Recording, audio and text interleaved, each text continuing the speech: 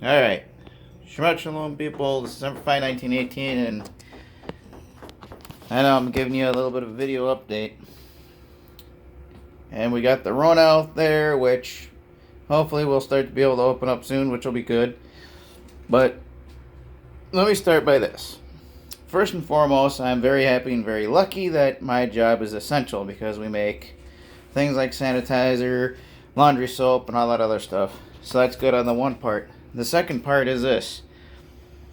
I'm specifically talking to you vets that are out there.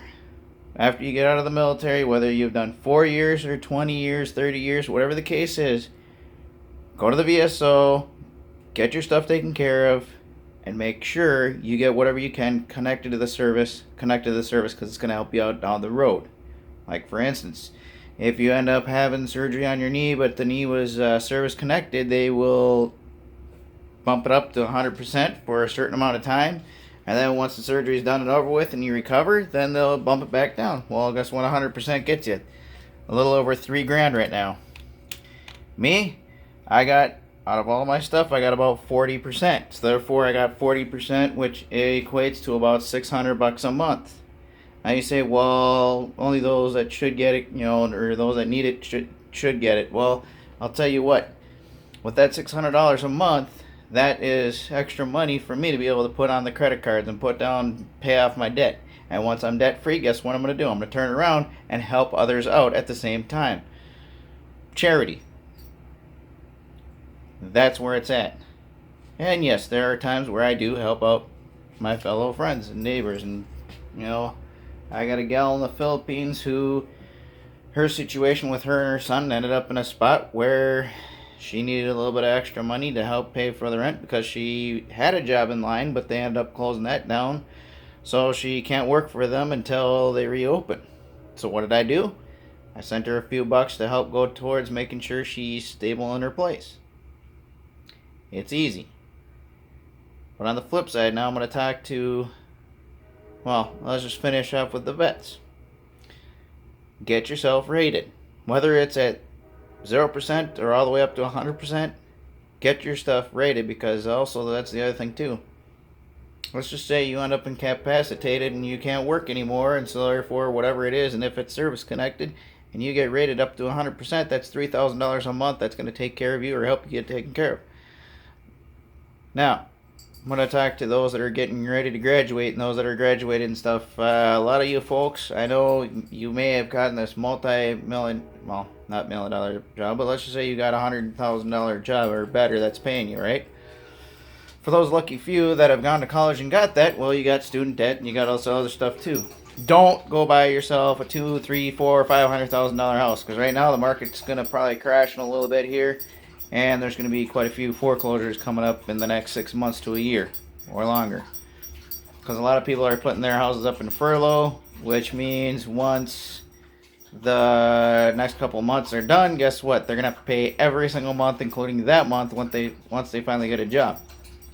So it's going to keep them from going into foreclosure and all that stuff for a few months. And at that point, yeah, they're pretty much screwed on that one. And that's why I've always said, first and foremost, like Dave Ramsey has going for you, $1,000 saved. The next thing you need to do is when you go buy a place, make sure you can afford it. And if you get laid up for a couple of months, guess what? You need to be able to do something about it and get that taken care of.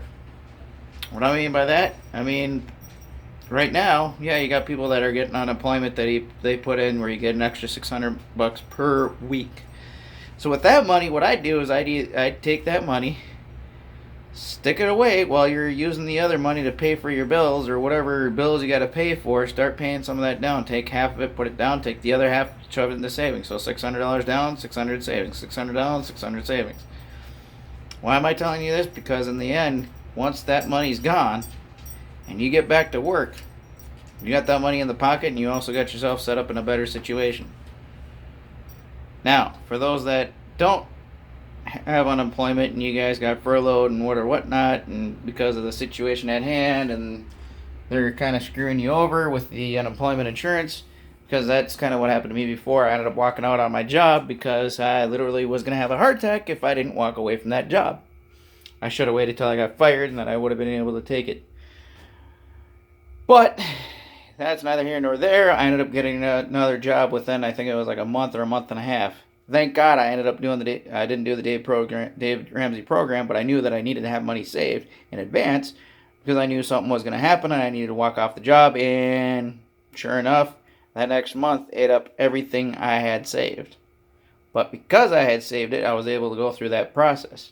And not only that, because I also had stored up ramen noodles and different things like that, I knew it at hand and in advance that I had some of that extra food lying around. And that's what I did here too. That's what I ended up doing. I'm going to go buy a bag of dog food next Friday for my dog.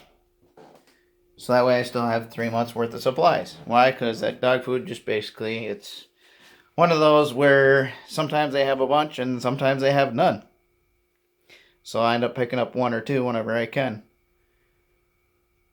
And these are just the simple things of what I told you guys since last year. I told you guys, hey, make sure you have yourself set in order because something can come down the tubes at any given time. Granted, I didn't mention, Rona, but I did mention things like losing your job, which a lot of people lost their job. Economic failure. Well, guess what? The economy's kind of taking a toll and a hit right now. Granted, I am spending a little bit more because I'm trying to help keep the businesses in order. So each week, because I'm not trying to spend every day, but I've decided, all right, I'm going to help out the local businesses by once a week going to each different restaurant or whatever, purchasing some food and taking it home. So yeah, it's an extra 100 or 150 bucks a month that I'm spending, but guess what? I was able to help save myself in the back end to do it now. What else is there? Oh yeah, like I was saying, I set myself up in a cheap house. Why? Because now I only got to pay $800 a month, including taxes and insurance for the house. Instead of some of these people who buy $250,000, $300,000 houses, now they got $1,600 mortgage before you include the insurance or more. Well, if you lose your job and all you can get is an $8 or a $9 or a $10 an hour job, which by the way, Walmart is starting off at like $12 or $13 or $15 an hour now. So anyways, so now you have those jobs that are paying for that, so there should be no reason why you can't go out and get another job. Well, I'm furloughed or whatever. Well, yeah, okay. Well, I'm in the medical community and we got nobody here, and so therefore, because things are closed down, guess what? I'm on furlough for the next few months. Well, guess what? Sometimes you have to pick up a secondary job. Or find yourself doing something that needs to be done and taken care of. I know I need a haircut and I know I need a beard trim. Once this Rona stuff's done, I'm going to go down and get a haircut and a beard cut. Guaranteed. Today I'm doing a lot of cleaning because I just got to get through and get cleaning. I've been kind of putting that off for a while. But, there again, another opportunity I had. Because of the back pay I ended up getting from the VA, because it was about a year's worth of pay, guess what? I took some of that, I stuffed that in the savings account for the trip next year. I got another $1,000 saved just in case. And then on top of that, I can count on the money coming in, and plus the money that I get from my job, so therefore I'm going to start slowly paying my stuff off, and I ended up using some of that for, I bought some blueberries and raspberries for the front yard, and I don't know where I'm going to put the raspberries yet. I thought I was going to be able to put both together, but it looks like raspberries and blueberries really don't like each other, so one likes more acidic and one likes more of the neutral soil, so I'll have to figure that out. And I'm also working on putting up a garden in the backyard. And I'll just have to see where the best place to put it is and then go from there. What else is there? Well, like I said, that's just the biggest thing for me is making sure you all are taken care of. Like I say, with the VSO stuff and veterans, you just need to make sure you get that taken care of. Guys that are still in the military, folks, gals, you all need to do yourselves a favor. Make sure you got copies of everything for your medical. Everything. And make sure you have copies on top of copies, because that's what? That was one of the things that kind of slowed me down for the VA stuff because they were looking for my Marine Corps medical records, and it had been a while, or they had to go through the Marine Corps and the Navy.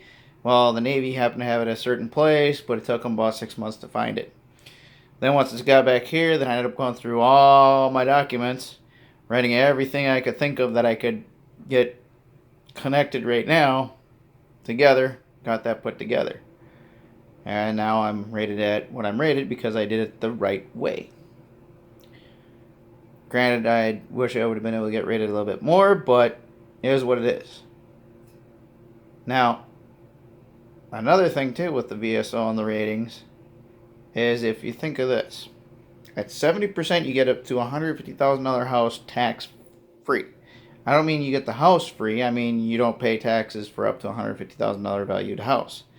And at 100% you get no taxes up to $300,000, but the stipulation is it's only up to an acre of land. So if you got 40 acres, you're going to pay for the other 39 acres.